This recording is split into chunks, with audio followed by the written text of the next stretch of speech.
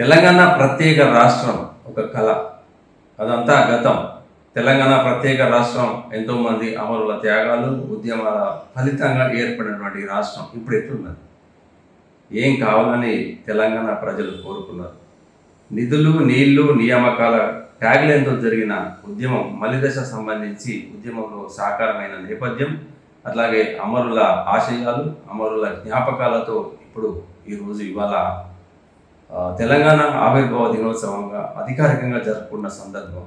అయితే తెలంగాణ ఏర్పడింది సంతోషం, అన్ని వర్గాలకు, సబ్బండ వర్గాలకు ఉపయోగపడుతుందని ఆశించినప్పటికీ పరిస్థితులు ఇప్పుడు అందుకు అనుగుణంగా ఉన్నాయా?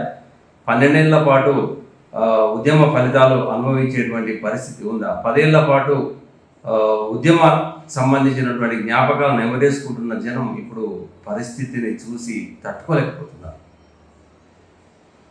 ఏం కావాలనుకున్నాం, ఇప్పుడు ఏమైంది?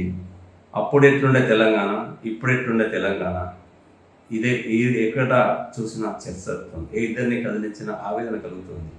అరే గిట్లేంద్రబాయ్ ఏమైంది, ఏమనుకున్నాం మనం, ఏమైంది అని అనుకున్న పరిస్థితి. కారకులు ఎవరు?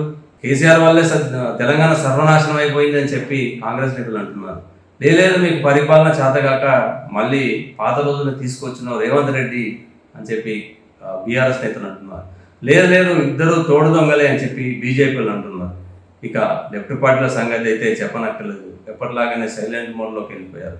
అసలు తెలంగాణకు పట్టిన శని పరిస్థితుల, రాజకీయ నాయకుల చేతగానితనమా, లేదా రాజకీయ నాయకుల వ్యూహాలు ఎత్తుగడల్లో భాగమా? మొత్తానికి శాపంగా పరిణమించిన తెలంగాణకు బాగు చేసుకోవాలని ఏం చేయాలి? ఎట్లా చేసుకోవాలి?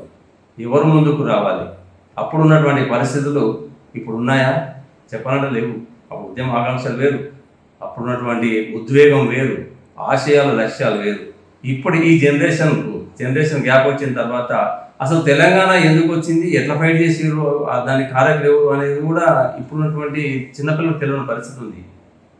గతంలో చరిత్ర వక్రీకరించారని చెప్పి చాలా జోరుగా చర్చ జరిగింది, రకరకాల విమర్శలు వచ్చాయి. మరి ఇప్పుడేం జరుగుతుంది?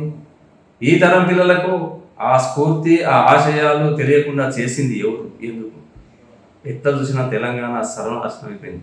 తెలంగాణ భాషలో చెప్పాలంటే సత్యనాశనం అయిపోయింది. కారకులు ఎవరు ఫైండ్ అవుట్ చేద్దాం, దాని మీద చర్చిద్దాం. ఒక కార్యరూపం దాల్చేందుకు మళ్ళీ మన ఆశలు, ఆకాంక్షలను నెరవేర్చుకునే దిశగా ఒక ప్లాట్ఫామ్ని మేము క్రియేట్ చేస్తున్నాం. రియల్ టీవీ తెలుగు పేరిట ఒక ప్లాట్ఫామ్ని క్రియేట్ చేస్తున్నాం. డిజిటల్ మాధ్యమం ద్వారా ఇది ప్రజలకు అందుబాటులో ఉంటుంది.